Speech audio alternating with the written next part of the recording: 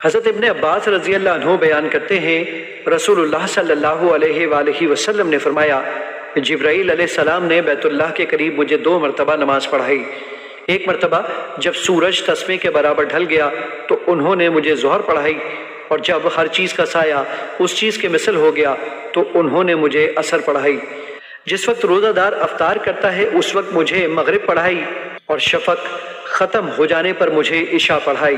اور جس وقت روزہ دار پر کھانا پینا حرام ہو جاتا ہے اس وقت مجھے فجر پڑھائی۔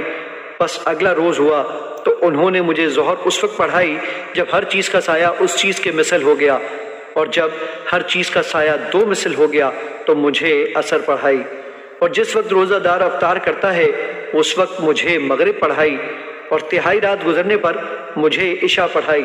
اور صبح روشن ہو جانے پر نماز فجر پڑھائی۔ پھر وہ میری طرف متوجہ ہوئے اور فرمایا محمد صلی اللہ علیہ وآلہ وسلم، یہ آپ سے پہلے انبیاء علیہم السلام کا وقت ہے، اور نمازوں کا وقت انہی 2 اوقات کے مابین ہے۔